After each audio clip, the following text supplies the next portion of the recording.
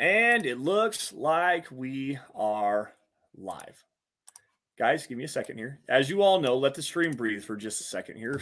Bring in the Facebook groups, get everybody here in the Mile High Huddle community into the fold on a wonderful Friday night.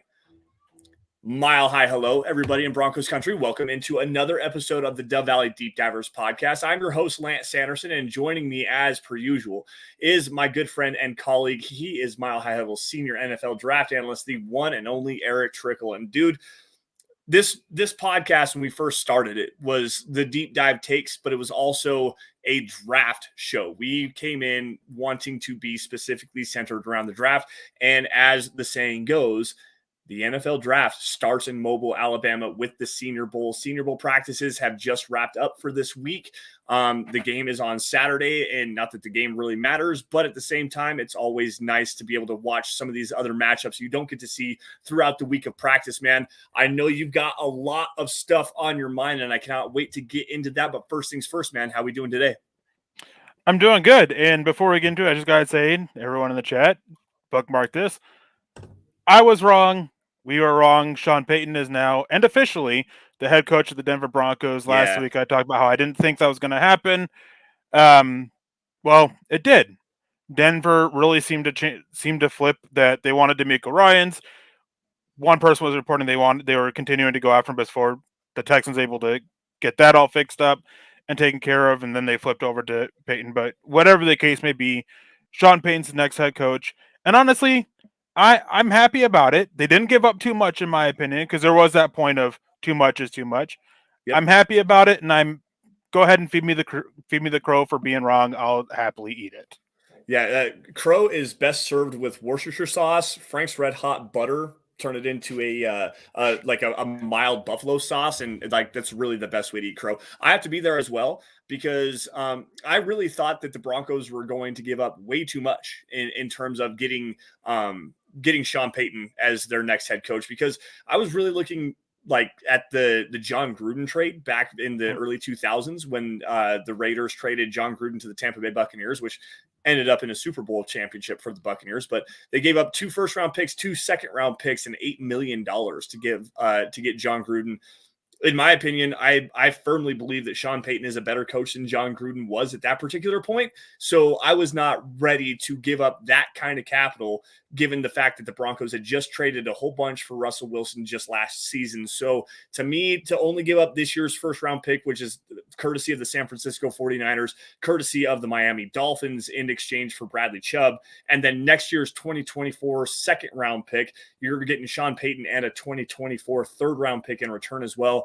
This to me is a great deal for the Broncos. They finally got the guy to righten this ship, to get everything steadied up and move in the right direction. And to me, it's also the best guy to get Russell Wilson potentially back to the player that he has been for the last 10 years. I mean, it may not be perfect, but at least Sean Payton may have an idea here.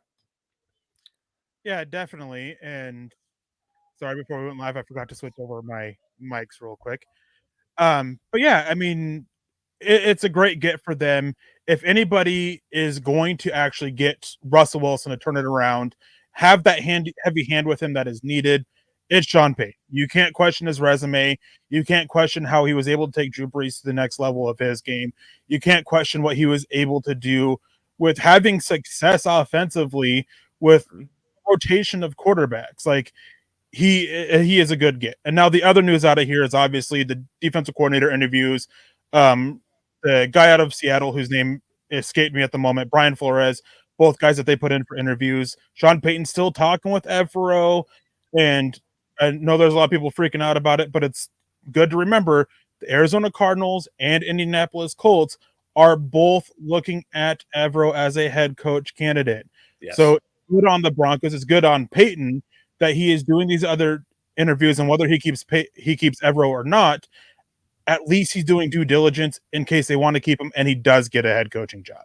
Yeah, absolutely. Sean Desai is the guy that you're missing the name on there. He was a former assistant for Vic Fangio back in Chicago, runs a very similar defense to what Vic Fangio ran, very similar to what Ejiro Evero ran for the Broncos this last season. So that's another name that the Broncos are bringing in for an interview, or at least have requested to get there.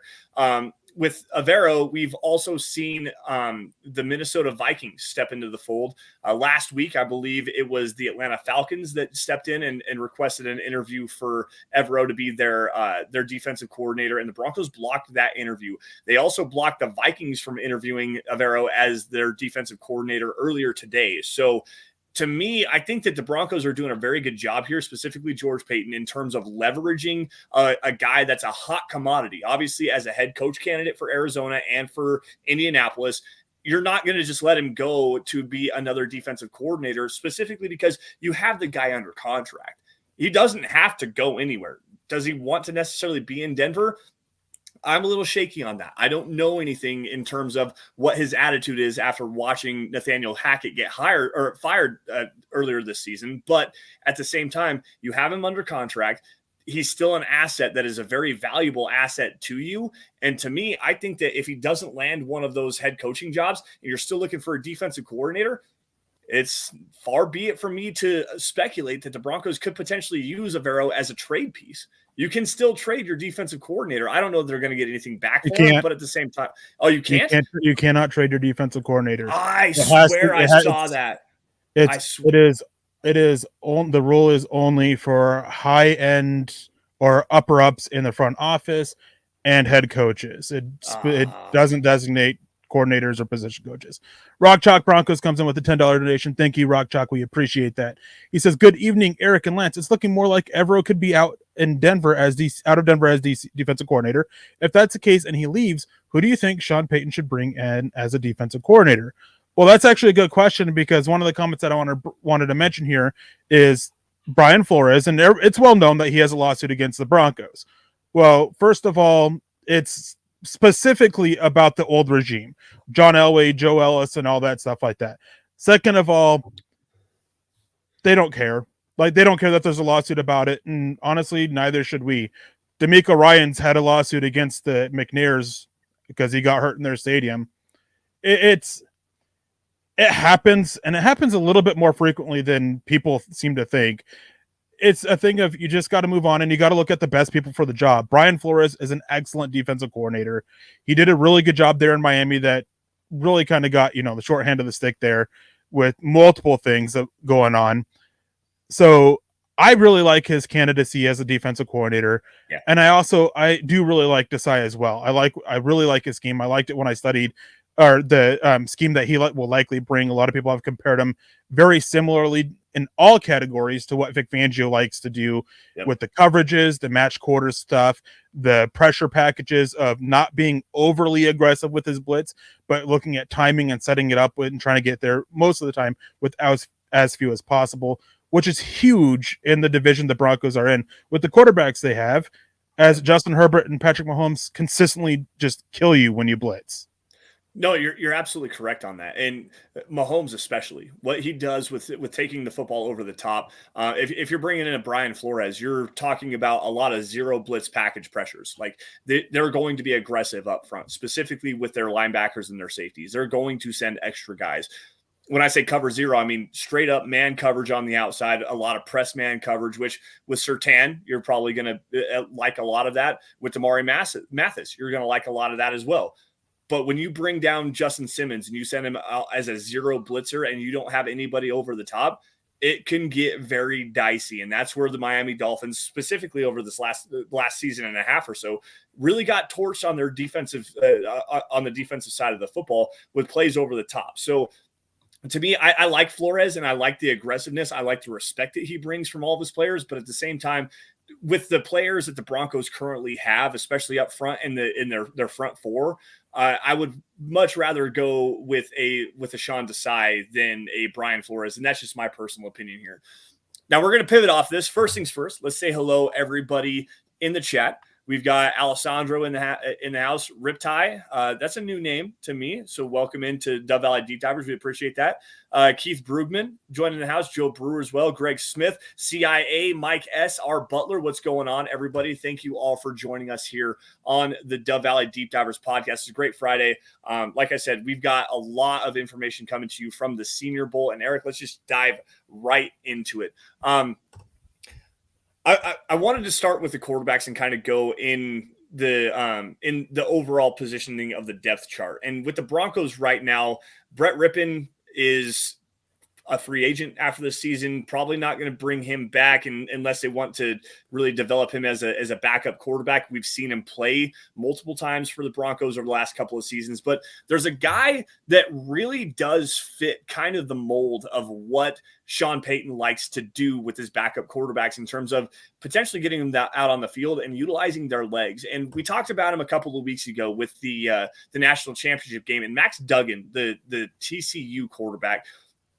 How did he look specifically out there as a thrower of the football? Because everybody knows this guy can run the ball effectively. He's a gamer, and when it comes time to make a play with his legs, he really excels in doing that. The biggest thing is, what is he able to do with the football in his hands as a passer? How did he look out there in Mobile? So before I get to that, I want to grab one of these comments here, and it's talking about the whole John Elway, Joe Ellis thing with Kyle Shanahan. Alessandro, you told chat, do your research. Here is how it was. Joe Ellis nixed Kyle Shanahan, and that's widely reported. John Elway had an issue with Mike Shanahan, and they were able to bury the hatchet, and he wanted Kyle Shanahan. It was Joe Ellis who said no and nixed it because he also had issues with Mike Shanahan that he was never able to bury. Joe Ellis was the one who nixed that completely. That's that is the fact of it. Anyways, as for Max Duggan, one of the biggest things going into the week that I want to see was, we know he's an athlete. We know he can sling the ball. His placement, and accuracy, like, those were very major concerns. I mean, this is a guy that he could be standing in a boat and he couldn't hit the water. And a lot of it was because his lower body mechanics were an issue. Now, for me, he didn't blow me away, but none of these quarterbacks did. Overall, I was really disappointed with this quarterback group. Max Duggan, he showed some technical improvements with his footwork. He showed the ability to sling it all. And when he did keep his lower body mechanics clean, his accuracy was significantly improved than what we saw over the season. He exceeded expectations for me, but again, I wouldn't say he killed it. And for me going into the week, I mean, he answered some of those questions. He showed he can improve the lower body mechanics that were necessary. Yeah, that was something that you had specifically mentioned, was his lower body mechanics, and we'll jump back into that here in a second because we got Phil jumping in here. Good evening, Lance, Eric, and Deacon Scott. Yes, Scott is with us. He's behind the scenes running the ones and twos, so thank you, Scott, for being here, as you always are. Well, at least most of the time are always here. I'm thinking that if Ejiro Evero doesn't get a head coach job, another year with producing offense could really help this defense and solidify a head coaching job next year, in my opinion. Yeah, let me read through that again. Okay. Producing defense. Okay, got it. Yeah. Yes, it does. A big part of what you get with the Broncos offense and the struggles that you have is the fact that it puts your defense in a very, very tricky situation. And despite being in backed up situations with turnovers, not being able to sustain drives, putting the defense back out there in advantageous situations, not playing with the lead and stuff like that, you really do have to wonder, how did Evero do in terms of creating things up for this defense to actually succeed? I think he did a really good job, but also at the same time, you have to understand the offenses on the other side of the field didn't have to get aggressive. So where do you weigh the aspect of what Evero was able to do with the defense that we already knew was very highly talented? Okay, Lance, say it with me. Evero. So I've heard it like three different ways. Evero. It is okay. Evero. But anyways, I mean, for me, it's better to bring Evero back. Just busting you a little bit over that. It's better to bring Evero back because, so there's a lot of people that have talked about, and I think we mentioned it on here a couple of times and it was my mistake. I simply forgot the rule here about getting those compensatory picks if he gets a head coaching job, which that does have to happen. It has to be a head coaching job in order for that. But you also have to be employed with the team for 2 years. Evero, obviously, only being employed for 1. He has bringing him back next year, he has a better chance for a head coaching job if he doesn't get it this year. I think next year, provided his defense doesn't fall apart, he's going to be one of the hottest names next year. and then you can get those compensatory picks for him being hired away. That is the route I think that they should go. But the issue is, and it's been widely reported, he may not want to be back after things that happened with Nathaniel Hackett and other things going on behind the scenes, and part of why he turned down the interim job. So that is definitely an issue. And Michael Ronquillo coming in here saying, good evening, Lance and Eric on the Dove Valley Deep Divers. Go Broncos. Thank you, Michael, for joining us. We appreciate it. And we always appreciate your constant support every single week, every single show. We can't express enough how much we appreciate that. Now, quickly, going back to this quarterbacks here, I mentioned earlier that none of this group really looked good. And I think that despite that, there was one quarterback who was clearly the best. And I think there were multiple quarterbacks that somehow managed to even hurt their draft stock because the expectations were decent and they just completely tanked. The one that I specifically want to touch on here is the Shepherd quarterback, Tyson Bagent, who, if you listen to Kyle Krabs on the Draft Dudes podcast from the Draft Network, he was incredibly high on Bagent coming in.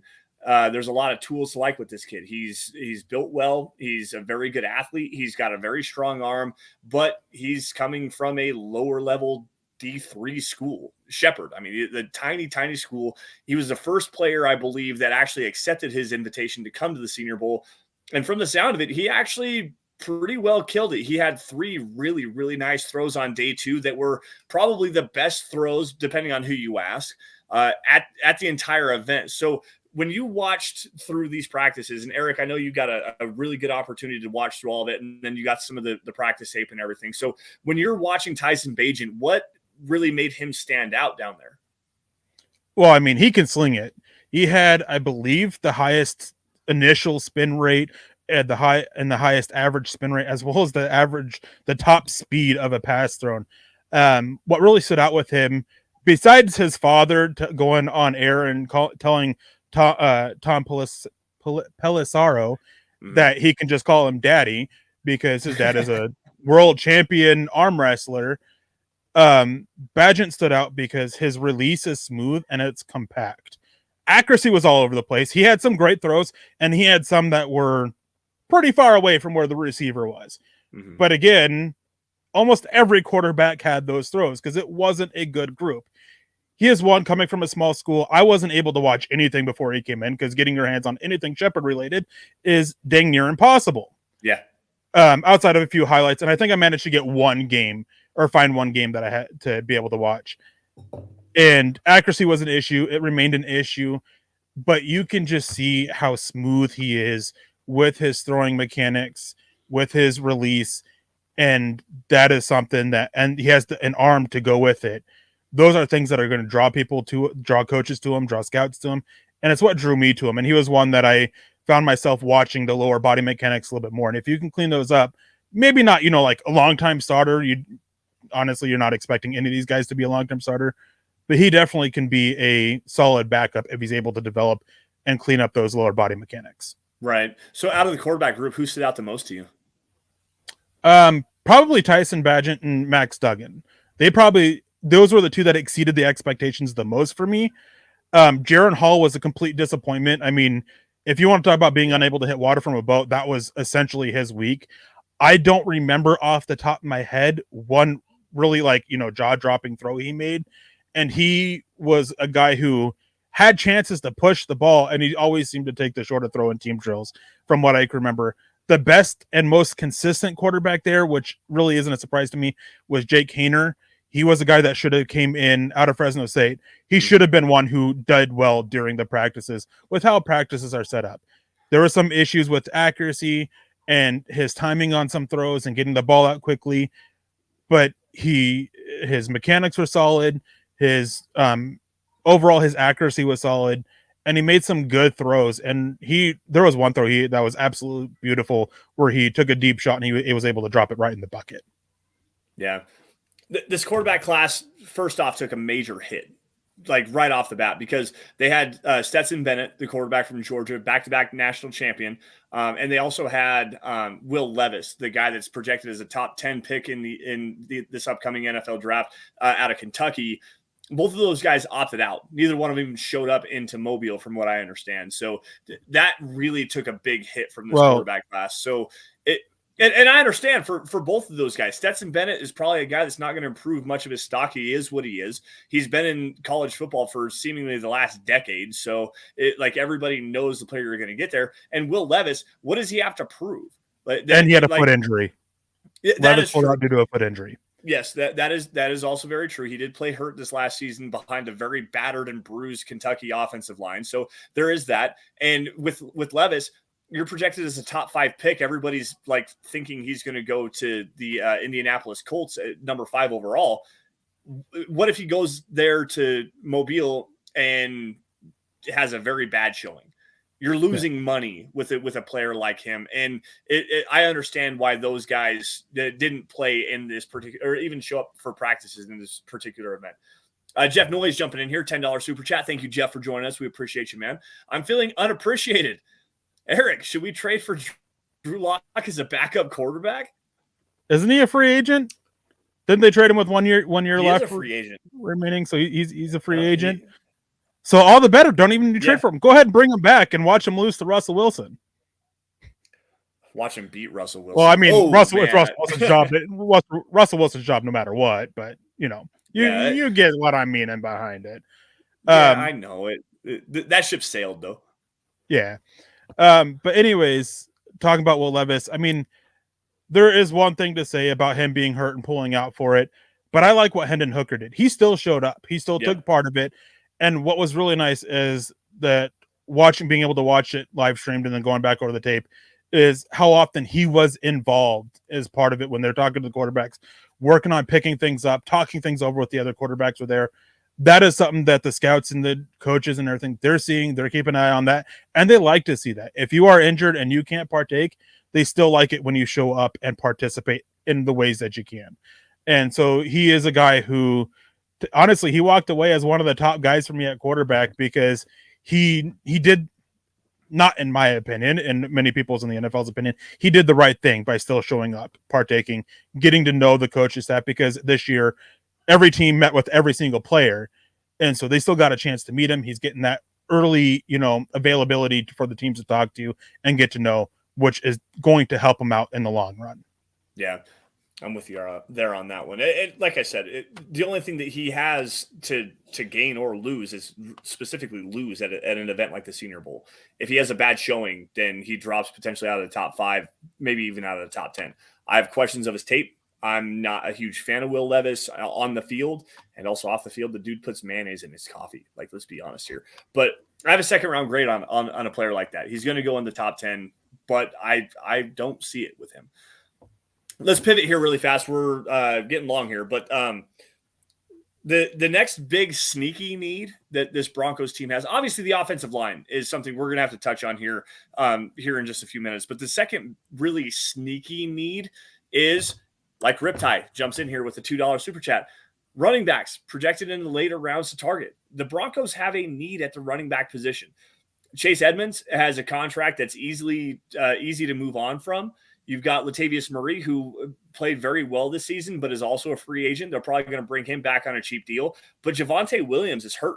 He's coming off of a torn ACL and LCL. He's going to have a long road to recovery. And there's speculation he may not be ready for the start of the season and may not even be ready until about middle of November-ish area. Like, there's a long ways for him to go here to get back. So where do you turn? And there's a guy specifically that absolutely tore it up in Mobile, according to you, according to guys like Kyle Krabs, Joe Marino, Damian Parsons over at the Draft Network. You got NFL scouts and NFL executives scouts all over the place. Ty J. Spears, the running back from Tulane, the Green Wave, the absolutely spectacular player. Eric, go ahead. I got a diatribe to go on this kid. So, I mean, his speed and burst and vision in team drills were great. And of course, team drills, they are a little bit favored for the running back since you're not supposed to really tackle or hit hard or anything like that on the defensive side of the ball. So there is limitations, and he really looked good. His quickness was translated to routes. But the thing that stood out to me the most was, I think it was on Wednesday, during the Wednesday practice, they were doing some pass blocking drills, and he absolutely got destroyed on his first rep. And then I believe it was Aubrey Miller, a linebacker out of Jacksonville State, who absolutely just destroyed him. Every rep after that Spears had those pass protection drills were against Miller, and he shut him down every single time. He stood up to the challenge. He got beat once, and he wanted to show that he could do it. He could do better. And even after that, I mean, other pass rushing drills that they dealt with, it was great to see. And he was one of the only running backs that I saw. One of the big thing with running back when pass protection is you go up and you meet the linebacker. You don't passively wait for them. You go up and you meet them. You bring the contact to them. And that there's a couple running backs that did that every now and then, but not consistently. Spears, almost every single time he was coming up, he was bringing the contact to the linebackers instead of waiting patiently for it. He's a guy that I thought had a tremendous week. Scouts, executives, they voted him as the practice player of the week. He's a guy that, a little bit under my radar, a little bit going into the Senior Bowl. I watched some of him. I liked what I saw from him. But he's a guy that probably went from a mid-late day 3 to probably late day 2, maybe early day 3 at the latest. He really helped himself out in a tough running back class.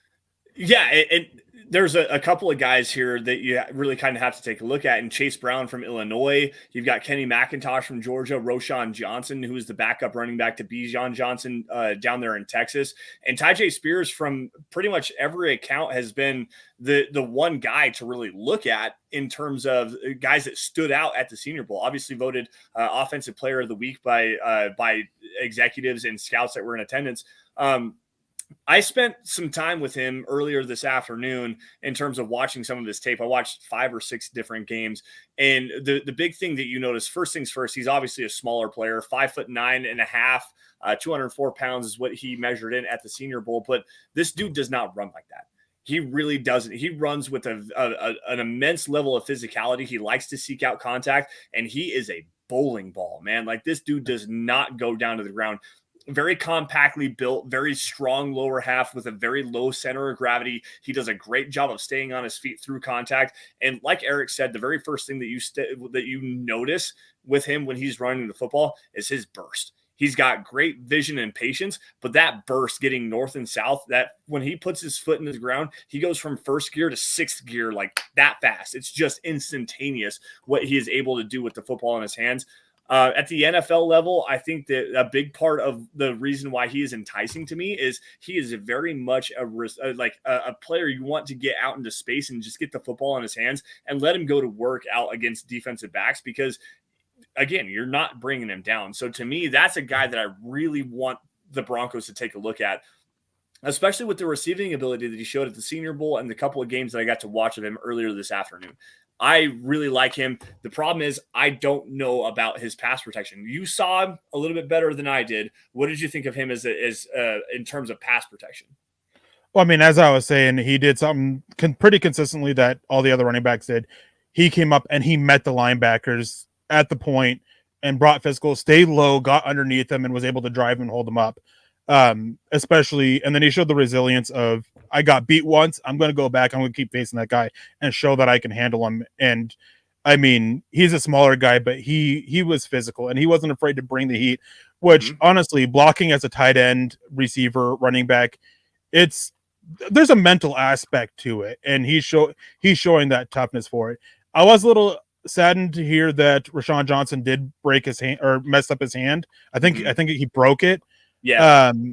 And wasn't able to do the last 2 days of practice. He was only practicing there the first day. He was one that I was really anxious to see in the pass rushing drills from it and seeing that carry over.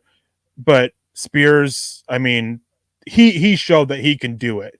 Technical aspects need to be cleaned up, of course, and on top of it, I mean, his ability as a receiver out of the backfield, he really answered questions in that aspect of his game as well.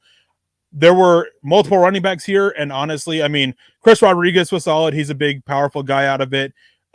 His blocking was a little bit rough. He was another one who would come up to meet at the point against linebackers, but he would often lunge into it, which was a little, problematic for me. Evan Hall, he's another guy. I mean, he was one of the faster players there at the Senior Bowl during these practices. He showed his ability out of the backfield. He showed his ability to get small in the hole. difference between him and Spears. Spears answered questions in blocking. There remains questions with Hall. Cameron Peoples, I mean, for me, when I was watching him, like, there was almost next to nothing that was a positive note that I saw with him. Evan Gray, like, there was consistently like issues, negative notes that I took on him, completely whiffing on multiple pass protection drills. He dropped a couple passes, and I believe that there was a fumble or two that he had in team drills. I might be mistaken on him being the running back on that. But I mean, overall, it was a solid group. But yeah, as talked about, Spears was the one who he stood out well above everybody else. Yeah, and he stands out on tape. Like I said, I watched the USC game for the big college football game that the bowl game that they had against USC, and something that really stood out to me. Last thing on him is the fact that when they get down and into the condensed red zone inside the goal line packages and stuff like that, Tulane really did a really nice job of getting the football into his hands quickly, using him as a wildcat quarterback. And when you watch him run, he picks and chooses his lanes, and he does a great job of just finishing the play in the end zone. They did it, I don't know, 10 or 15 different times, it seemed like, where they put him in short yardage situations just to get the football in his hands. And he always seeming is the guy to convert it when he does it. Yeah. To me, that's an intangible that you don't necessarily get to understand, is that like this guy understands that he has the ability to score the football. He has the ability to go and get that first down for you. That's a mentality trait to me that transfers over to the NFL level. And to me, that's a big thing. And I really like that about Tyjae Spears. Let's go to the offensive line really fast. I want to talk wide receivers quickly, but there's only a couple of guys I want to get to.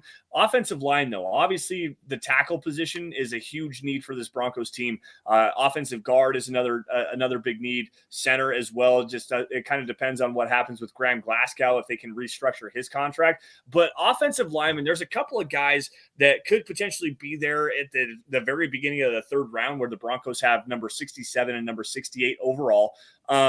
Jalen Duncan, the kid out of Maryland, there was some speculation of him moving to guard. What did you see out of Jalen Duncan? So the big concern I had from tape is that he didn't always, protect his outside corner, his outside edge consistently enough. And that was a big concern I had coming into this week, right? Especially against some of these pass rushers he's going to be going against. And I mean, he answered that call. I mean, I think there's another guy who's getting that speculation. I'm sure we're going to talk about him here in a few minutes, but I think went the other way and cementing himself as a guard. I think Duncan cemented himself as an offensive tackle. I mean, he really showed how smooth he is. He showed his athleticism, and he showed his ability to read and recognize the pass rush plan almost immediately and stay out in front. There were a couple plays where he did get beat, but they weren't like he still fought through it, and whatnot. There were a couple. One of the issues that I did see a little bit was that he struggled sometimes with handling counters, and that is a thing of just improving his hand technique a little bit. There were some technical flaws with it. His footwork needs to be cleaned up, but his hand technique and how trying to think of the best way to put it. His hand activity at times really dropped off. And a lot of times, I mean, it's a thing of once you get your hands on them and they're not breaking free, you don't have to keep your hands active. But there were times where they were able to break his hands free, and he wasn't, quite as quick as you want to see to get his hands back up and get engaged. But I really liked what he saw. He was definitely one of my top performers of the week on the offensive line. So I heard some rumblings there a little bit. I believe it was Ryan Roberts on his podcast, the Believe in NFL Draft podcast. You guys check it out. He does a really good job. He had said that he watched Jalen Duncan play on the right side as compared to the left side. He was a left tackle for Maryland.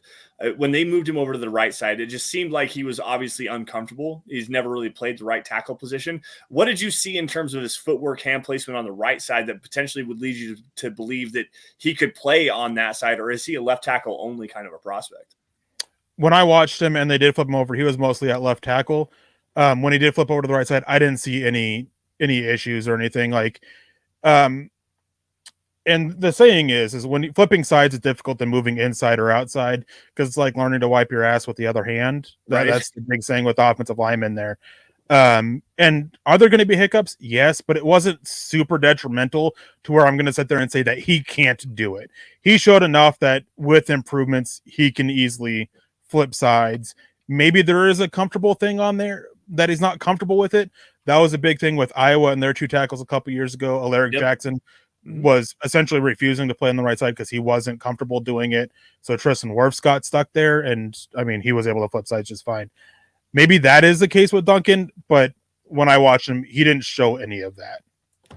I think that he's a good enough of an athlete based on the tape that I've watched that he can probably make that switch. And I mean, you're talking a week of practice in Mobile with a new coaching staff, new guys trying to get their hands on you and teach you some new techniques and everything like that. If you give him a full training camp, I think that he would probably be a lot better suited in terms of playing like that. I want to go back and watch over this practice tape. So if you get the opportunity, please send that my way. But at the same time, I think there is a question there, especially because when we were like coming into Mobile, there were questions of Jalen Duncan even being able to play at the left tackle position. Everyone wanted to slide him inside to guard just because, I mean, the athleticism is there, but the play strength isn't. So there's some questions here. I think that we have at least a better baseline idea. At least you do. I want to go back and double check on the tape.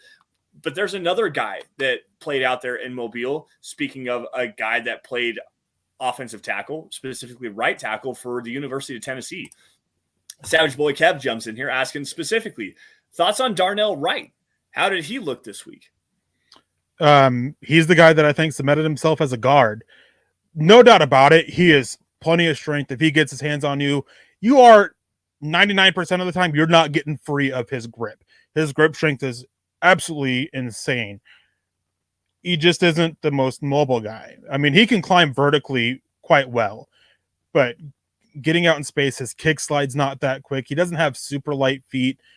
He had some issues staying out in front of these wide rush attacks that some of these pass rushers were throwing at him. And that was a concern I had on tape. His snatch technique is beautiful, and I'll consistently praise that. But I think if you move him inside at guard, you're having a guy who is going to be a great interior, great guard.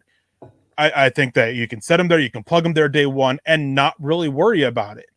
You're going to worry at tackle because he has this issue about it.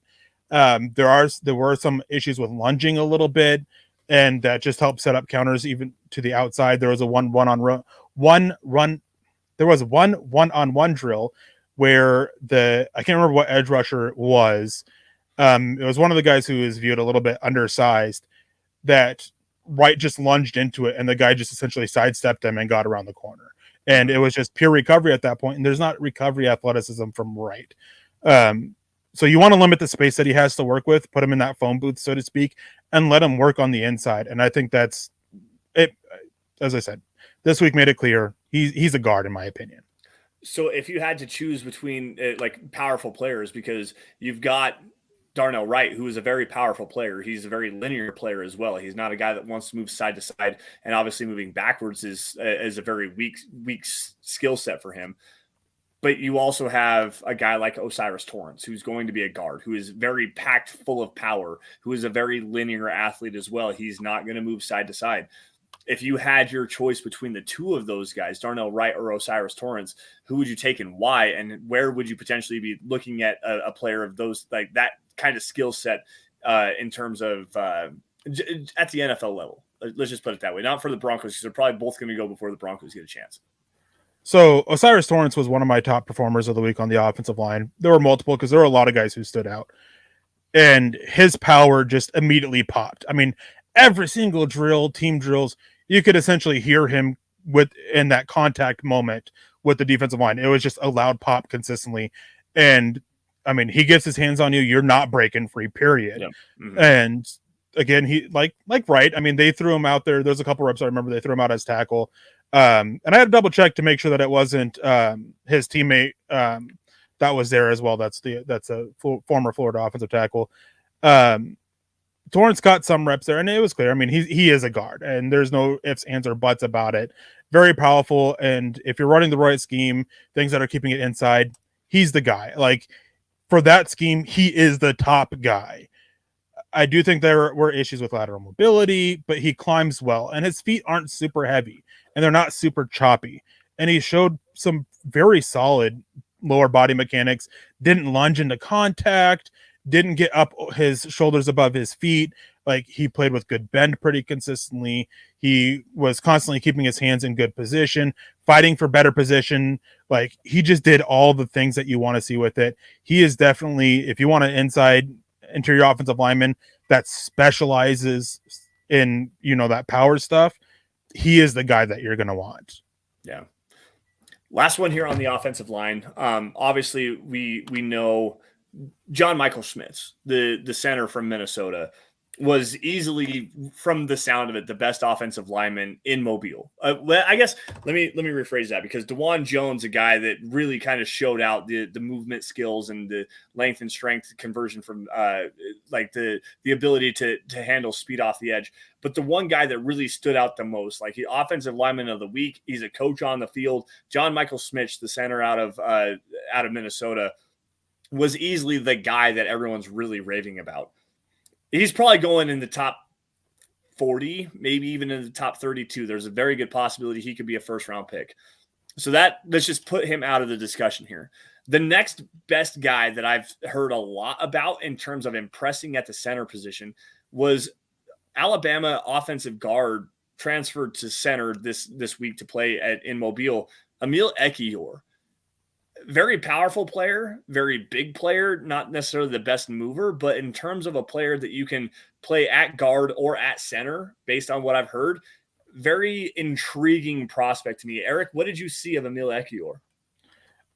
What was great to see with him, because they're trying him out at center, is that is where he looked best. There was a few reps that I saw him at guard that he just kind of like not great. There were one-on-one drills. He was lined up as the guard. They weren't terrible, but they weren't great either. At center, I mean, he was snapping the ball quick, and he was quick to get that snap and then get up in position and get on his guy. And so that was great to see and everything. And it seemed like it was a pretty smooth transition. Unlike Cody Mauch out of North Dakota State, he's a guy who played tackle. They moved him inside a lot for it. And I thought he absolutely killed it pretty consistently at guard. There was a couple one-on-one drills where they had him at center that was a bit rough to watch. And it's just this thing of when he snap that ball, you got to fire off it. You got to get into it. So that was a bit of an issue there with me. The center that I think that stood out the most after John Michael Schmitz, of course, was the guy out of Troy. Hold on, give me a second. Jake Andrews. I mean, there were technical issues. Like, it wasn't a great showing. He didn't make himself like a second round or third round pick. He's still very much a day 3 guy. But if you're running a power scheme, like, he's got that power. You got to improve the technique about it. He's big. He's wide. He takes up a lot of space for it to help shut down those gaps and be able to, just use his size to control some of the ability to penetrate those gaps. He's a guy that stood out for it. One thing that was concerning with him, and it was a lot of the centers too, a lot of these centers had issues snapping the ball. There were a lot of low snaps, a lot of balls that hit the ground that bounced. The Michigan center had a couple of them. Olu, I'm not even going to try to pronounce his last name so I don't butcher it. He had a couple really bad snaps, and I think the one, John Michael Schmitz, was the most consistent one snapping the ball. Everyone else, I mean, there was multiple times I was tagging him for that snap, just wasn't it. So what did you think of Steve Avila, the guard from TCU? I know that you and I talked about him a couple weeks ago when we led up into the national championship game. What I specifically said was Steve Avila was a lot like Osiris Torrance, just Osiris Torrance was Steve Avila on steroids. They're both powerful players. They're both linear players. They do a lot of very useful things that you can have in terms of running a power, like a duo ISO, an offensive line running attack like that. So what did Avila do? I know that you were really high on him. What did he do to really stand out this week? One thing that was noteworthy to me was Daniel Jeremiah. He had Avila and Torrance rated right together, and something he said just really stuck with me. And essentially, they're going to go through this process together. There's a lot of similarities between the two of them, and like they're just going to often draw comparisons to one another. And I mean, when you watch them through the practices, it's easy to see why they're so comparable. Big guys, wide, movement's not great, but it's not terrible either. Plenty of strength. Their grip strength is insane. just think everything you can say about Torrance, you can say about Avila. One thing I really liked about Avila, and that really stood out to me, was how seamless his transition to center was. And I mean, position versatility is always a big thing. And he did come in with experience, as I believe he started the 2021 season as the center for TCU. So he has that experience for it. He wasn't new to him, and he seemed to just be able to fall back into it. So that gives him a little bit more, position versatility. Torrance to me was better. I really liked what I saw about Avila. I'm a big fan of him, especially if you're going to a lot of inside stuff, power gap stuff. I really like what he brings to the table, and he is that guy. I think Torrance, you're talking about early second round. I think Avila, you're talking about half a round to a full round later. So late second to early mid third. If he's there available at the early third with his ability in duo, I really think that the Broncos need to take a look at him because he has enough power. He would fit in at that left guard position very easily with Quinn Miners already at the right guard. There's some center versatility too, from what I understand with Avila. So like you can get a guy at the top of the third round, 67, 68, somewhere around in there, and plug him in immediately, and he's just going to start for you and be a quality player at the NFL level. And real quick, I want to say when we talk about round projections for these guys, it's still very early in the process. We still have the combine, we have pro days. There's still plenty of time for them to do something stupid off the field. A lot can change. These are just the comments of right now with the latest aspect of it. Of injuries can happen. Hopefully they don't. Just want to be clear with that. So when we're talking about a guy second, third round now, there's a lot that can change, and just always worth remembering that. But yeah, I mean, we could talk about the offensive line for hours on end because that is the one area I like to really focus on a lot. And there's a lot to talk about with this group at the Senior Bowl. It was an extremely talented group, and there was a lot of guys that we didn't even get around to mentioning it. Matthew Bergeron, he's a guy that I had pegged moving inside. He showed some ability at tackle. Still think in the NFL he gets pushed inside. Tyler Steen was a guy who really exceeded my expectations. Ryan Hayes, Blake Freeland, two guys that for me were among the worst on the offensive line for it. Asim Richards out of North Carolina, he was consistently getting noted by me for just always doing the right thing, being in position, holding his own. Couple times that he lost the rep, and one thing that I did notice with him, if he lost the first rep, especially when they started doing back-to-back reps of same guys against same guy, if Richard struggled on the first rep, he'd quickly get coached up and he'd turn around and he'd fix it and do better. And that is something that really, that's going to resonate with the coaches that are there coaching them, because it shows you're listening to us and you're implementing what we're telling you. Yeah, that was something that I really kind of noticed this year. Was there was specifically a couple of guys. John Michael Smith is the very first one that really speaks out to me in terms of after they got done with their rep, they went and then helped the other guys as well. So the communication, not only from players to coaches, but players to players as well, in terms of trying to help each other out, in terms of trying to make everybody better on the field. This year there was a lot more of that than what I've grown accustomed to seeing for the most part down at the Senior Bowl. Last thing offensively, because we got a quick question here from Todd. Does this draft have wide receivers that the Broncos can add with special teams ability? The very first one that jumps to mind for me is Nathaniel Tank Dell, the little shifty jitterbug wide receiver out of Houston, who is a hell of a punt returner. He's a gadget player, though. He is much like a Montrell Washington, only better. This coming from a guy who's a huge fan of Montrell Washington coming out of Samford. Tank Dell is a better route runner. He's more experienced in terms of playing within an offense that actually translates to the NFL, kind of. I guess he doesn't have the greatest route tree, but he does have very quick, jitterbuggy ability to help create separation. And he's a decent deep threat if you're not asking him to go one-on-one and go high point the football. He's going to take the top off the defense, and there's your special teams returner guy, Tank Dell. Eric, what did you think of him this week? Well, I mean, going back to the question specifically about wide receivers with special teams ability, one thing I didn't get to see is coverage drills, so I can't talk much about that. Tank Dell is a guy who you can see the traits on offense and very easily translate them over to the return game. He's just so quick and shifty, and mentioned this to Scott beforehand. And Tank Dell in one-on-ones was unfair. Like, literally, you're taking away everyone else off the field, and you're having one guy try to cover this guy who can stop on a dime, cut, and accelerate. It's just, it was unfair. Trey Tucker was another one who you can see this. You can see the ability on the offensive side of the ball that easily translates to special teams for it. So they have that special teams value. They have the value on offense, and got to get over to the defensive side of the ball. But again, there's tight ends that stood out. There were other receivers that stood out. Michael Wilson out of Stanford was one of my top guys at wide receiver. Big guy with feet that shouldn't be had by a guy who is his size. And his route running was good. His teammate was a little lackluster. His teammate's a bigger guy that you're going to hear a lot about moving to tight end in the NFL.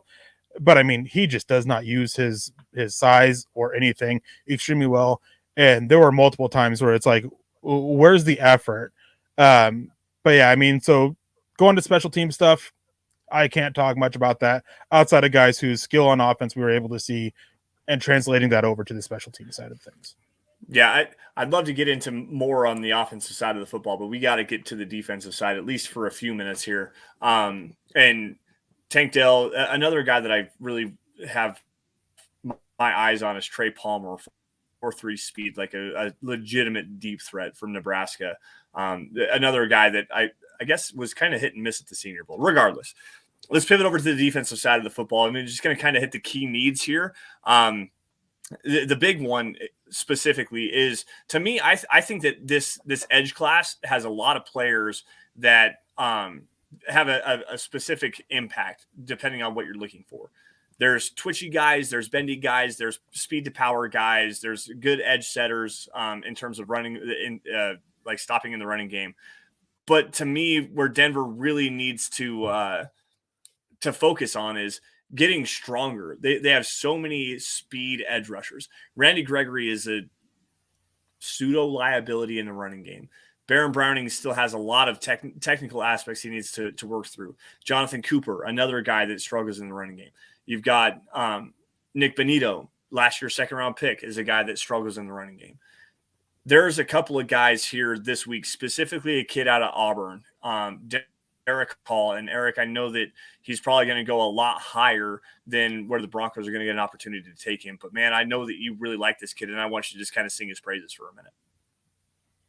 Sorry, what kid was that? Derek Hall from Auburn. Derek Hall. Okay. One thing is there's a clip going about that Matthew against him with Matthew Bergeron, that Bergeron won. Derek Hall, he has such a quick stab move, and he's not a great bender, but he's got plenty of power, and he was able to use his stab move to get into the shoulder of him, and it resulted in what would be a holding 10 out of 10 times by Matthew Bergeron. I absolutely love Derek Hall. I love his tape. I love the fact that he still very much needs to learn, the finer aspects of being a pass rusher, and yet he picked up 70 pressures or something like that. He picked up a lot of pressures this year. He's a very strong run defender consistently in team drills when they were doing the running game stuff like that. Running game stuff, he was setting the edge. He's not the greatest of athletes, but he's powerful. He's shown enough different pass rush moves in his arsenal that just need to be cleaned up. He just consistently stood out. There was a couple reps where he lost. I can't remember who it was against, but there was one guy who might have been right. He got his hands on him right away, and that was it. And he struggled a little bit to get off, which you do see on tape a little bit. Got to improve that ability to shed your blocks. Leverage was also an issue with him a few times, but there's a lot to work with the physical tools, even though he's not a great athlete. And had Denver not traded their first round pick for Sean Payton, he would have been one of the guys that would have been high up my list for Denver with that first round pick. Absolutely love him. I think he had a great week of practice, and he's a guy that definitely helped himself. Yeah. Another guy that seemingly is on the opposite side of that spectrum here, Notre Dame's Isaiah Foskey. Granted, the dude just set the all-time Notre Dame sack record, just beat Justin Tuck's record earlier this season. but there's been a lot of talk about how he's just really kind of underwhelmed for the most part. Speed to power athlete, not the super bendy guy, decent in the running game, but a guy that the Broncos could potentially have their sights on because his stock is falling. I mean, there's more twitchy guys. Obviously, Derek Hall having the prowess that he has in the running game. BJ Ojulari is a guy that seemingly is rising up boards with his ability to get around the edge and in terms of a speed rusher, a dynamic pass rusher, no matter what you want to look at. And then Keon White from Georgia Tech, a bigger body, inside outside kind of player that does a really good job in the running game. Foskey seemingly is falling off a cliff. I believe the 33rd team, which is it's a bunch of former GMs and scouts that they've created their own website similar to the Draft Network, had Isaiah Foskey as their 76th overall rated player coming into this NFL draft. Foskey to me is a guy that I really am intrigued by. I've said it multiple different times. I think he is like the prototypical Baltimore Raven. But if you're going to bring in a physical 4-3 defensive end that has the ability to bend around the arc and come in as a pass rusher, Foskey is a guy that can really help out with his edge class. What do you think on Foskey, and how was his week this week? So real quick, it's funny you mentioned the Baltimore Ravens and prototypical. They're one of their rush linebackers. Going back to Derek Hall, every time I see him, every time I watch his tape, Terrell Suggs every single time. And I hate comparisons like that, but every single time. Foskey, I think it was like his first or second rep, he had his life taken by DeJuan Jones, and that was it for Foskey. And I don't remember off the top of my head a rep he really won. I mean, there were some solid reps, but I don't remember one where there was this clear win. Not there in my memory banks. I mean, DeJuan Jones threw the dude to the ground. Like he took his life. Foskey's a guy who there's decent technique, and that's one thing that he really needed to show off is his technique in this game or during this week, and he didn't really get to see it. There we go. There's a win from Foskey. Thank you, Scott, for that. Completely forgot about that, but I do want to note that was against Ryan Hayes, of course. And Ryan Hayes to me had a terrible week. But I mean, it's a win for Foskey.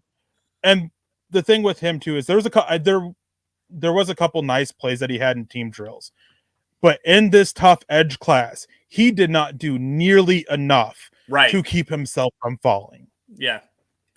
That was something that I noticed as well. You went to that. It was a snatch trap technique that DeJuan Jones used against Foskey and threw him on his face. Literally, like Foskey literally landed face first, no hands, directly on his face mask. It was brutal to watch.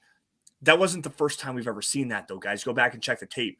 Ohio State versus Notre Dame, DeJuan Jones did that like 3 times in that game against Isaiah Foskey. So there are very legitimate concerns with Foskey. I think that in terms of a toolsy guy, a kind of a more raw pass rusher that relies on his athleticism more than actually understanding a pass rush plan and utilizing his tools and his length, that like Foskey is a guy that is more of a moldable ball of clay that I really like this Broncos team to target. Last couple here, Eric. I want you to talk about multiple balls of clay. This is one I'd actually be curious to hear Scott's take about it with Andre Carter out of Army. It's a guy we mentioned before. Entering the season, he was a guy being talked about as a top 10 pick. Definitely not now. Dude is a freak athlete, super long, but dude is thinner than Slenderman in his lower quarters, in his bottom half. Dude is so thin. He lacks power, and the technique is lacking. He's quick, he's athletic, he's long, and there were a few reps where he was really able to show that athleticism, his ability to convert his initial burst into a little bit of power, and his ability to get under blocks and shed them a little bit to get after the quarterback. He had some multiple nice plays for it, but he's a moldable ball of clay that just needs so much work. And the question is how much time are teams willing to put in on him, and where is that worth for them? So he's one that I'm going to, as throughout this process, he's going to move around a little bit for me because we're going to get answers on his athleticism at the combine. And it's just, where is that going to be valued at? Well, and another big thing you have to kind of take into the consideration here in terms of his evaluation is he played at Army. So it's not like he's going up against Power Five competition. You're talking lower level school, playing Air Force, playing Navy, playing like the games that Army played against are not going against big Power Five programs, and he's dominating that lower level of competition. Then he goes into the Senior Bowl. He shows up thin, which you can see on tape. His lower half is definitely well underbuilt from where it should be. He's a speed, super athletic guy that you just don't really know what he's going to be. You have a plan for him. I think that he has the ability at 6'7", 260 pounds, as twitchy as all hell and incredibly long in his arms. I have a very good plan for him as a 3-4 outside linebacker. You're playing from a 7 technique, or even if you want to put his hand into the dirt and play him as a 5. Like there's enough there with the power and the twitch that he has that you can play him in multiple different fronts. But at the same time, there's still so many questions. And the people who are hyping him up as a first-round pick to me is just incredible. Last couple here. I want to grab your thoughts on this cornerback room. And in Mobile, I've heard multiple different things about this room, about it not being like super top heavy guys that were going to be, tail end of the first round, second round picks and stuff like that. But there's a couple of players that I want specifically your thoughts on. One of them we'll do last because I don't want you to like prop him up. I want you to like shut him down. But and it's only because of the school he went to. But the first one that I want your thoughts on is Julius Brents, the cornerback from Kansas State. We're talking a very tall, very long cornerback. He had a 82-inch wingspan, I believe is what he measured in coming into Mobile. Is a very physical player. He's very confident, very fluid for a guy that's 6'3". So what was your immediate thoughts on how Julius Brents performed this week? So one thing I really liked about him is he uses his length extremely well. He's physical, but he knows when to ease up to not draw a flag. Yes. He pushes that boundary a little bit, and I don't think he drew a flag. I may be mistaken on that during the drills and everything, which of course, it's wishy-washy when they do that. But I mean, he just pushed the line. He uses his hands well. And there were a couple times where he was being physical enough and got the receivers to bite and ended up drawing a flag against the receiver on it for offensive pass interference. I liked what I saw out of him. He was the guy that there were some concerns about his ability to really work in a man coverage scheme. And if he was just going to be a zone, one of those, as you always see with guys who are 6'3", 6'4 plus at corner, they're going to be pegged in as a cover 3 only corner. I think he showed he's a lot more than that. I think he showed he can hold up in man, because he was almost always step for step with every receiver he went against. He answered a lot of questions. He helped himself, and he's another one of my guys.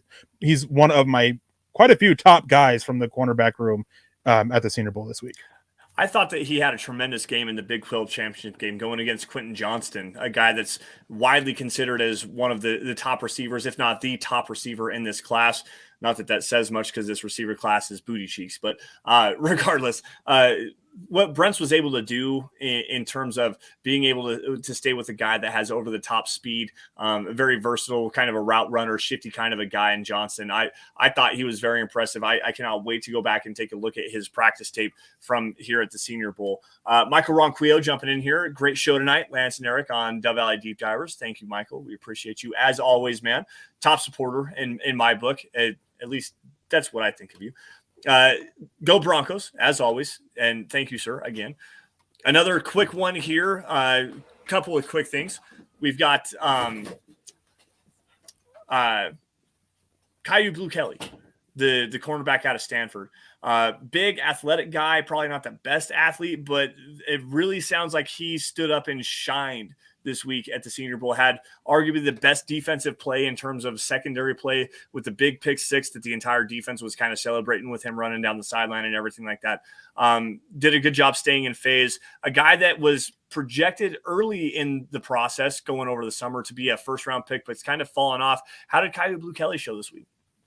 I mean, he showed that he's really got a lot of the technical aspects down. He knows how to stay on the receiver's hip, stay in phase with the receiver, match them to the routes, and not provide a lot of separation. And he knows how to use his hands enough to, help him out, but not push for that penalty.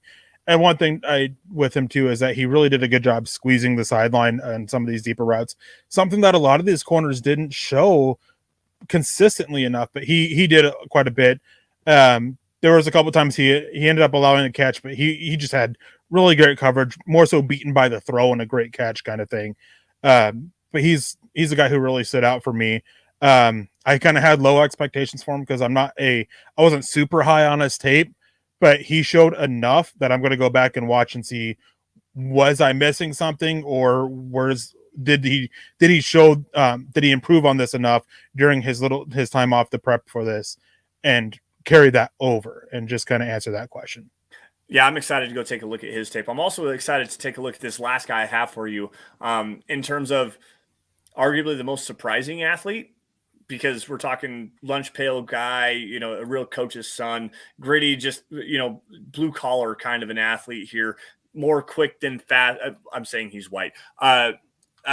Riley Moss, the cornerback from Iowa. And I know that we give Nick a hard time for the Iowa Hawkeyes, but there's been a lot of people, a lot of scouts across the platform that was really impressed with what Riley Moss was able to do this week. What do you have on Moss?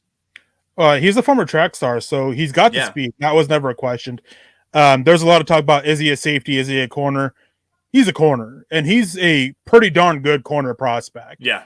The technique was sound. His ability, his speed he's able to translate that to his ability to recover. There was one route, ended up being a touchdown. I think it was, the receiver was Michael Wilson. Michael Wilson cut it in on a post and got a little bit of separation, but Moss was right there, and Wilson ended up making the catch on the ball as well as Riley's arm. He had it in there, and it just was a great catch. Probably one of the top 5 catches during the week. And that was consistent. He's one that he's not afraid to shy away from the physicality. One thing that did stood out, despite the limitations on the physicality in practice, he did get completely bulldozed on the goal line by, I want to say, Chase Brown, the running back out of Illinois, that ended up going for a touchdown on it. And it's just something that he didn't quite get low enough and didn't have his base set enough. And this is me nitpicking on him a little bit, because there weren't a whole lot of negatives when it came to Moss from this week. Yeah, it sounded like he had a tremendous week. I have not got a chance to really take a look at him. I was watching some Lucas Van Ness the other day while I was doing Paris Johnson and DeJuan Jones, getting a look at these tackles. This was before the Sean Payton trade, but I needed another look at Riley Moss. And from what I understand, like you were saying, he's an incredible athlete, a track star, probably going to run in the 4.3s, which is very impressive for a guy of his size. Very intrigued to take a look at another player like that. Eric, do you have any more other just quick guys you want to throw out here? I do have a dinner party scheduled tonight. I got to get going here. So any other quick names you want to toss out here tonight? I mean, there's many. There's a lot of guys who stood out. Top 3. Sidney Brown, safety out of Illinois. Like, dude, like, his best day was day 3, and he started off. Day 1 wasn't terrible, but he got better each day. Mm-hmm. And like, just stood out. I mean, speed, he showed the ability to drop down and cover as a nickel kind of option, with the modern day safeties. Darius Rush, I think, was probably one of the best corners out there. Will McDonald, the super bendy edge. That's Randy Gregory's clone right there. Yeah, Iowa State kid, yep. Tyreek Stevenson out of Miami didn't partake in day 3 after an injury. But there were multiple times day 1 and day 2 where he was running the route for the receiver. Multiple other offensive linemen that we didn't get to talk about stood out. Like, there were a lot of guys that really stood out this week and helped themselves. But of course, there were guys who failed to do that. And it's gonna be fun to see how this process goes. I'm excited for the game tomorrow to see, because the big thing, the game's not. I don't want to say the game's not important, but the week of practice is the big draw of the Senior Bowl. What you want to see in the game is these players take everything they learned during the week, all the coaching they got, and start to translate it onto the field. And so I'm super excited for that. I was excited for that for the Shrine game. I stayed up and watched that snooze fest of a game that ended 12-3, and currently working on an article about that with some takeaways for it. But I'm excited for the Senior Bowl game and seeing how they translate it. Yeah, I cannot wait to read your takeaways, because I know that you liked a guy from Wyoming, Xavier Valade, if former Wyoming running back, transferred to Arizona State this last year, had a really good season from what I understand. So I cannot wait to check that out. But with that, guys, I got to get going. I'm about 10 minutes, well, about 15 minutes late now. But you all stay safe. Take care. Have a great rest of your weekend. And as always, go Bronco. Make sure you guys follow me at Sanderson MHH, and for Erick at Erick Trickel. And we'll see you guys same time, same place next week.